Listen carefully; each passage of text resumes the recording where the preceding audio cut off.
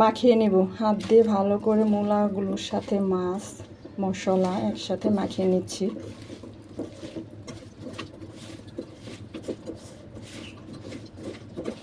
মূলা যদি সঠিকভাবে রান্না করা যায় তাহলে কিন্তু স্বাদ পাওয়া যায়। আমার কাছে খারাপ লাগে না এভাবে রান্না করি, এই জন্য মনেই হয় না যে মূলাটা রান্না করা হয়েছে। আসসালামু আলাইকুম। এখন আমি রান্না করব মূলা দিয়ে ছোটো মাছ। 5টি মূলা নিয়েছি, ছোট ছোট টুকরো করেছি, ভালো করে ধুয়ে নিয়েছি। এখন আমি রান্না করব।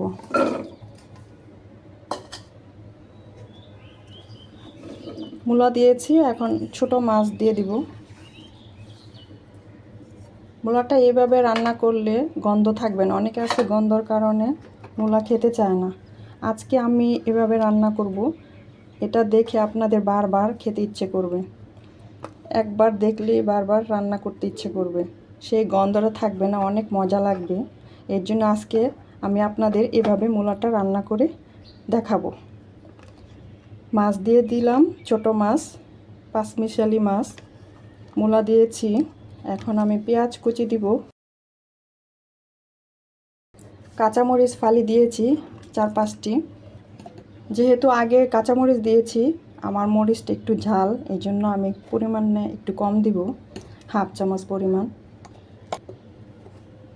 1 চামচ হলুদের গুঁড়া, লবণটা হচ্ছে স্বাদ মতো দিয়ে দিচ্ছি।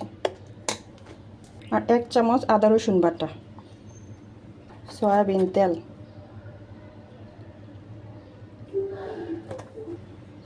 মাখিয়ে নেব হাত দিয়ে ভালো করে। মূলাগুলোর সাথে মাছ মশলা একসাথে মাখিয়ে নিচ্ছি।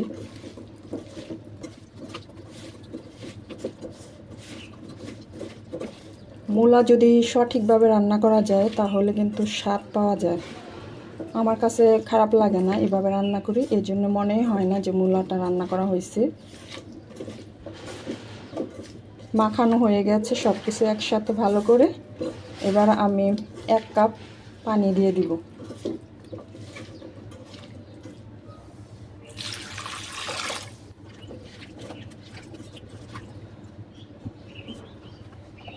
মাখানো হয়ে গেছে, এখন আমি ঢেকে দিব।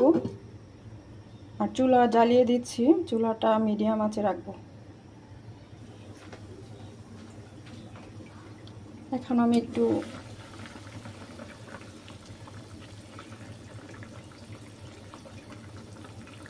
যে মূলা রান্না করতেছি বোঝাই যাচ্ছে না, একদম অন্যরকম একটা গন্ধ বের হয়েছে।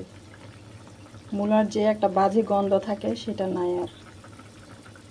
আবার কিছুক্ষণের জন্য আমি আবার ডেকে দিচ্ছি।